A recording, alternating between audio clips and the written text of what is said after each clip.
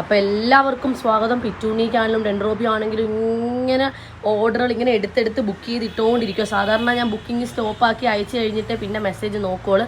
പക്ഷെ ഞാൻ അങ്ങനെ സ്റ്റോപ്പ് ചെയ്ത് വെക്കുമ്പോൾ മെസ്സേജിൻ്റെ ഒരു കൂമ്പാരമായിട്ട് പിന്നെ എനിക്ക് ഫോളോ ചെയ്യാൻ വലിയ പാടാണ്, എല്ലാവർക്കും മറുപടി കൊടുക്കാനും. അതുകൊണ്ട് തന്നെ ഞാൻ മറുപടി കൊടുക്കുന്ന ഓർഡർ എടുത്തുകൊണ്ടേ ഇരിക്കുവാണ്. അപ്പോൾ എല്ലാവരും മനസ്സിലാക്കുള്ളൂ. ഇന്നലെ മെനഞ്ഞാന്നൊക്കെ ആയിട്ട് ഓർഡർ എടുത്തിട്ടുണ്ട്. നാളെ അയക്കുമോ ദയവ് ചെയ്ത് ചോദിക്കരുത്. ഞാൻ ഈ വാട്സപ്പ് വഴിയാണ് നിങ്ങളോട് മിണ്ടുന്നത്. അപ്പോൾ നിങ്ങളൊന്ന് സഹകരിക്കണം. വാട്സപ്പ് വഴി പിന്നെ മിണ്ടാതാവേണ്ട ഒരവസ്ഥ വരില്ല. കാരണം മറുപടി കൊടുക്കണ്ടെന്ന് തോന്നിക്കുന്ന ഒരു രീതിയിലേക്ക് ദയവ് ചെയ്ത് എനിക്ക് സമയം ഇല്ലാത്തത് കൊണ്ടാണ്. നിങ്ങളത് മനസ്സിലാക്കണം.